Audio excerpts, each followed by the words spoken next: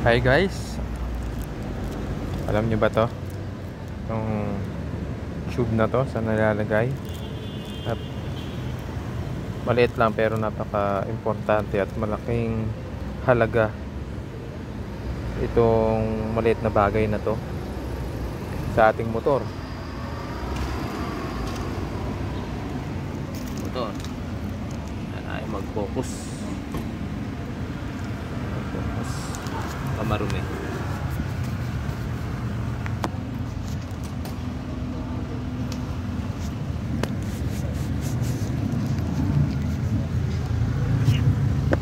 Dito yan nilalagay. Ayan.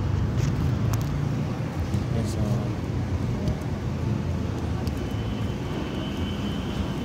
butas na to. Ito.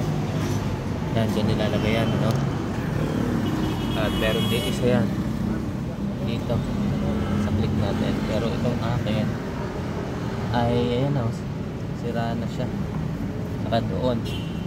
Isa lang ang nabili natin kasi hindi natin napansin na sira na siya.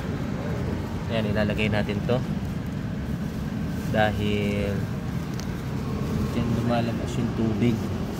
Pag nabaha, dito lalabas yung tubig dito. Kakabit natin ngayon.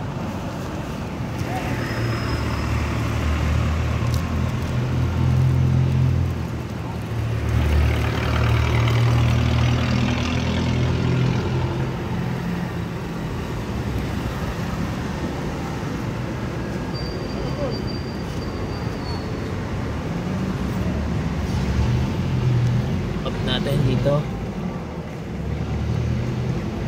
diyan kasi diyan pwedeng lumabas yung tubig pag napuno yung crankcase mo. Yan. Ito kaklamp, pisilin mo lang yan din. Yan. Dahil nabaha tayo, kaya tinanggal ko to. Wala, sira na. Kaya sa inyo, i-check nyo din to. Baka kasi pag nagagarter kayo, napupunit itong rubber. Kaya check nyo na kung kayo, lalo na ngayon tag-ulan. Napakalaking bagay nito para sa atin. Tanggalin mo lang yan para ma-drain yung mga tubig na nasa loob, para hindi ka na magbukas ng crankcase. And syempre, pag nabaha, kailangan pabuksan yung crankcase mo palinis para hindi ka nabaha. Ito ay pag nalulusong ka lang sa baha, pag nag-i-slide na yung panggilid mo dahil puno ng tubig, tanggalin mo lang to para mabilis ma-drain yung tubig sa loob. Yan lang, ano, maliit na bagay pero malaking bagay sa ating motor, no? Yan lang. Nabibili yan sa Shopee. Maraming klase sa Shopee niyan. Merong pwedeng combine to, dalawa. Pwede rin single lang ang mabili. Yan.